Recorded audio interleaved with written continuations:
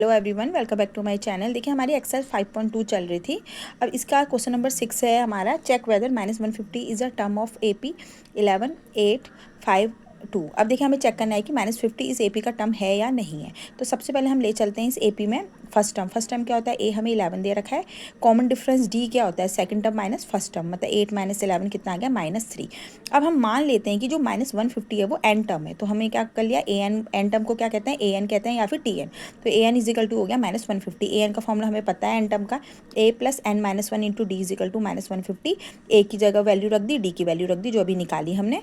तो यहाँ से क्या आ गया हमारा -3n -3, ये +11 यहाँ जाके -11 हो गया, माइनस प्लस हो गया, दोनों को ऐड करेंगे -161, क्योंकि साइन आता है हमेशा बड़े का। अब ये हो गया -3n इजिकल टू, प्लस वाला यहाँ जाके माइनस में आ गया, तो -3n इजिकल टू आ गया -164। तो माइनस से minus cancel, n equal to आ गया 164/3।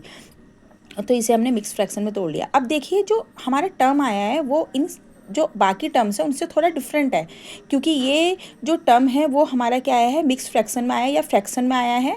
और लेकिन ये जो टर्म है इनके जो कॉमन डिफरेंस, अगर हम इसके साथ किसी टर्म का कॉमन डिफरेंस निकालेंगे तो वो अलग आएगा। और AP के लिए एक ही कंडीशन होती है कि उनका कॉमन डिफरेंस सेम आना चाहिए। इसका मतलब है कि ये इसका -150 is not a term of AP। अब क्वेश्चन नंबर 7 है हमारा, find the 31st term of an AP whose 11 term is 38 and 16 term is 73। तो देखिए हमें जो अकॉर्डिंग टू क्वेश्चन चलते हैं, हमें 11 टर्म दे रखा है 38, मतलब 11 टर्म इजिकल टू 38। 11 टर्म के लिए क्या लिखोगे, A + n - 1 × D में n की जगह क्या लिखोगे, 11। तो A + 11 - 1 × D इजिकल टू 38। तो A प्लस ये कितना गया, 11 - 1 10 D इजिकल टू 38। तो ये हो गया। और दूसरा हमें दे रखा है 16 टर्म दे रखा है हमें 73। तो मतलब A + 16 - n की जगह क्या रख देंगे, 16 - 1 × D इजिकल टू 73। तो A + 15D इजिकल टू 73 वाली इक्वेशन 1 बनी, वाली इक्वेशन 2 बनी। दोनों को हम माइनस करेंगे तो लेफ्ट से लेफ्ट माइनस होगा, राइट से राइट माइनस होगा। तो ये हो गया A + 10D, ये माइनस में हो जाएगा पूरा, -A - 15D इक्वल टू 38 - 73। तो अब देखिए ये कितना हो गया, A से A कैंसिल, 10 में से 15 माइनस करेंगे -5D आएगा, इक्वल टू ये 73 में से 38 माइनस करेंगे -35 आएगा। तो D की वैल्यू आ गई हमारी, माइनस से माइनस कैंसिल 7 आ गई, 5 यहाँ डिवाइड में चले जाएगा, 5 7 जा 35। अब हमें निकालना है कि फाइंड द, ये बोला था हमें 31st टर्म। अब देखिए D तो पता चल गया, अब पहले A पता कर लेते हैं। हमारी फर्स्ट इक्वेशन क्या थी, A + 10D इक्वल टू 38।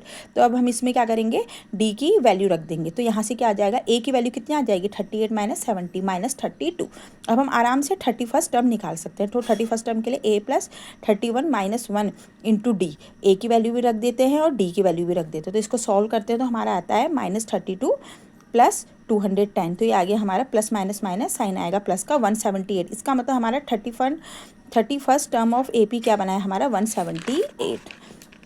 अब हमारा क्वेश्चन नंबर 8 है इसमें, an AP consist of 50 terms of which third term is 12 and the last term is 106। Find the 29 term. देखिए अकॉर्डिंग टू क्वेश्चन हम चलते हैं, हमें क्या दे रखा है, हमें दे रखा है थर्ड टर्म इज 12, मतलब third term equal to 12। Third term के लिए वही A + थर्ड है तो n की जगह 3 रखेंगे, मतलब A + n - 1 × D is equal to 12, n की जगह हमने 3 रख दिया। तो ये कितना हो गया, A + 2D इक्वल टू 12, ये वो बन गई हमारी इक्वेशन 1।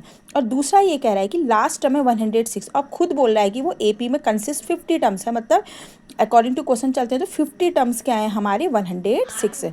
तो 50 टर्म क्या हो गए, 106। तो A + 50 - 1 × D इजिकल टू 106। तो A + 49D इजिकल टू 106, ये बन गई सेकेंड इक्वेशन। अब क्या करेंगे, हमारी ये बन गया A + 49D इक्वल टू 106। अब क्या करेंगे, A और D की वैल्यू दोनों से फाइंड करेंगे। पहले हम क्या कर लेते हैं, फर्स्ट माइनस सेकंड कर लेते हैं, लेफ्ट से लेफ्ट माइनस होगा, राइट से राइट। तो ये कितना गया, A से A कैंसिल, 49 में से 2 माइनस करेंगे -47 हो जाएगा, और 106 में से 12 माइनस करेंगे -94। इससे ये कैंसिल, तो D इक्वल टू कितना आ गया, 94/47 मतलब 2।